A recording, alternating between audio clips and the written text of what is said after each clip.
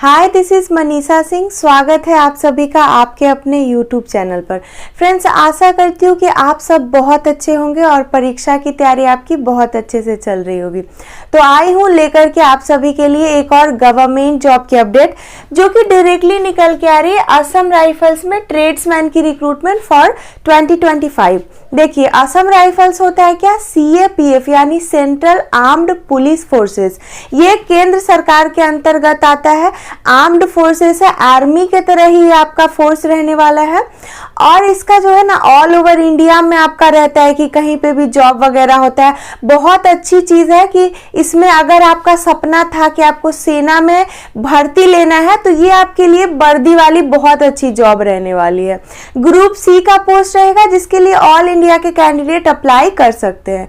तो आइए देखिए इसके रिगार्डिंग कंप्लीट डिटेल्स की, इसका सिलेक्शन प्रोसेस क्या है, एलिजिबिलिटी क्राइटेरिया क्या क्या रहेगा, संपूर्ण जानकारी आपको लास्ट तक मिलेगा। वीडियो को एंड तक वॉच करना। बट आगे बढ़ने से पहले आपको बता दूं कि अगर आप इससे रिलेटेड ऑफिशियल नोटिफिकेशन डाउनलोड करके देखना चाहते हो, एग्जाम पैटर्न वगैरह सिलेबस देखना चाहते हो, सारी चीजें अवेलेबल है मेरे टेलीग्राम चैनल पे। और टेलीग्राम का लिंक मिलेगा आपको डिस्क्रिप्शन बॉक्स में, तो जाइए जाके वहां पर भी फॉलो कर लीजिए। देखिए फ्रेंड्स, टोटल पोस्ट आई है 215 यानी कि 215। ट्रेड्समैन की भर्ती है तो ट्रेड वाइज बताऊंगी क्या क्या भर्ती रहने वाला है। देखिए, अप्लाई डेट है 22 फेब टू 23 मार्च, यानी कि 22 फरवरी से ऑनलाइन होना स्टार्ट हो चुका है।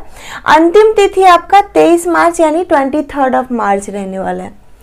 फॉर्म का जो फी रहेगा जनरल, OBC और EWS के लिए 100 यानी 100 रुपया, और जो SC ST कैंडिडेट है उनका फी एग्जेम्प्टेड है, कोई फी नहीं लगेगा। अब जैसा कि आपको पता ही होगा कि ये भर्ती रैली रिक्रूटमेंट है, असम राइफल्स में रैली रिक्रूटमेंट आई है। तो रैली भर्ती के तहत आपका ये रिक्रूटमेंट कंप्लीट होगा।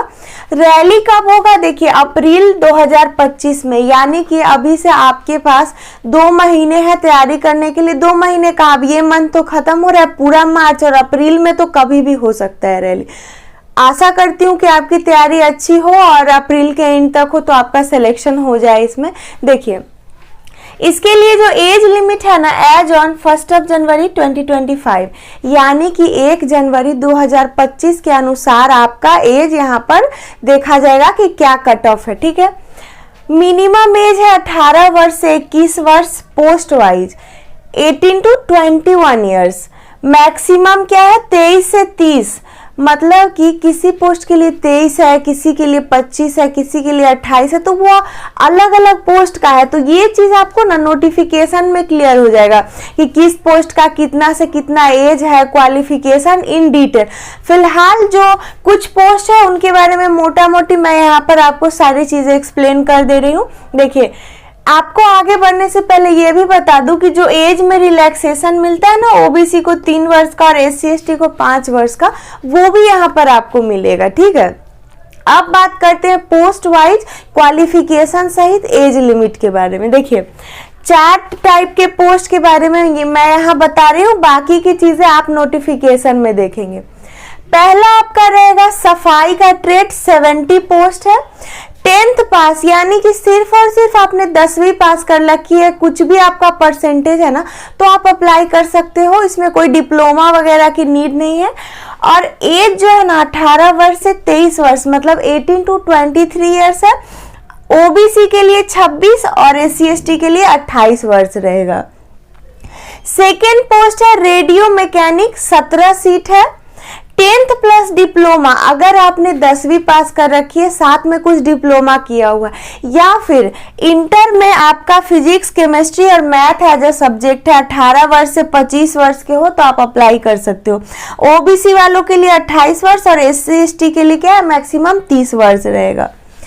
इलेक्ट्रीशियन आपका मैकेनिक व्हीकल के लिए 17 पद है। 10th प्लस ITI, तो इलेक्ट्रीशियन के पोस्ट के लिए अगर आपने ITI कर रखा है 10वीं के साथ तो आप अप्लाई कर सकते हो। 18 वर्ष से 23 वर्ष यानी OBC के लिए 26 और SC ST के लिए 28। फोर्थ एंड लास्ट पोस्ट जो हम डिस्कस कर रहे हैं वो है आपका व्हीकल मैकेनिक फिटर के लिए, 20 पोस्ट है। 10th में आपने इंग्लिश, मैथ और साइंस एज अ सब्जेक्ट पढ़ा है, साथ में डिप्लोमा या आईटीआई कर रखा है, आपकी उम्र 18 से 23 वर्ष है, ओबीसी वालों 26 और एससी एसटी वालों मैक्सिमम 28, तो आप अप्लाई कर सकते हो। तो ये आपका पोस्ट वाइज क्वालिफिकेशन और एज लिमिट मैंने यहाँ पर डिस्क्राइब कर दिया है। चलिए अब हम चर्चा करें सबसे इम्पॉर्टेंट स्टेप्स के ऊपर, जो कि क्या है, सिलेक्शन प्रोसेस यानी कि चयन प्रक्रिया। देखिए सिलेक्शन प्रोसेस आपका 4 स्टेज का रहेगा। At first stage you have to qualify physical, मतलब कि पीईटी और पीएचडी को कंबाइन करके आपका फिजिकल होगा। रैली जब होगी ना अप्रैल में, तो सबसे पहले फिजिकल होगा। तो तैयारी अगर आप पहले से करते हो तो बहुत अच्छी बात है, नहीं तो एकदम कल के कल आप स्टार्ट कर दो फिजिकल की तैयारी, क्योंकि पहले स्टेज पे आपका फिजिकल हो जाता है। उसके बाद आपका रिटन एग्जाम यानी लिखित परीक्षा होती है। थर्ड स्टेज पे स्किल टेस्ट होता है। जिस भी पोस्ट का अप्लाई करोगे तो सफाई वालों को उसके रिलेटेड स्किल टेस्ट होगा, रेडियो मैकेनिक को अपना काम करके दिखाना होगा, जिसका जो पोस्ट है उससे रिलेटेड ट्रेड स्किल टेस्ट आपका हो जाएगा। उसके बाद आपको लास्टली बुलाया जाएगा डॉक्यूमेंट वेरिफिकेशन और बेसिक से मेडिकल के लिए। यहाँ पर क्वालिफाई हो जाओगे तो मेरिट लिस्ट में आपका नाम आएगा, फिर आपका सिलेक्शन हो जाएगा, आपका जो पोस्ट होगा उसके अकॉर्डिंग असम राइफल में कांस्टेबल ट्रेड्समैन की पोस्ट के लिए। ठीक है, तो आगे अभी हम लोग बढ़ेंगे। सबसे पहले जानेंगे फर्स्ट स्टेज के बारे में कि फिजिकल में क्या क्या चीजें यहाँ पर होती है। देखिए सबसे पहले तो हाइट मेजर होता है। तो आपका जो हाइट यानी ऊंचाई है मिनिमम 170 सेंटीमीटर होना चाहिए। रिजर्व्ड कैटेगरी वालों के लिए 162.5 यानी 162.5 होना चाहिए। चेस्ट जो है 80 to 85 है यानी 80 to 85, 5 सेंटीमीटर का एक्सपेंशन खोजता है। रिजर्व्ड कैटेगरी के लिए 76 to 81, यहाँ भी 5 सेंटीमीटर, यहाँ भी 5 सेंटीमीटर। आई होप ये चीज क्लियर हो गई होगी आपको। लास्टली आपका रनिंग यानी कि दौड़ होता है सबसे अंतिम में, उसमें आपको 5 किलोमीटर का दौड़ है 24 मिनट में कंप्लीट करना है, यानी कि 5000 मीटर्स की रनिंग है 24 मिनट्स में आपको कंप्लीट करना है। ये हो गया आपका फिजिकल, ये आपका एकदम क्वालिफाइंग है और सबसे पहले स्टेज पे अप्रैल में हो जाएगा।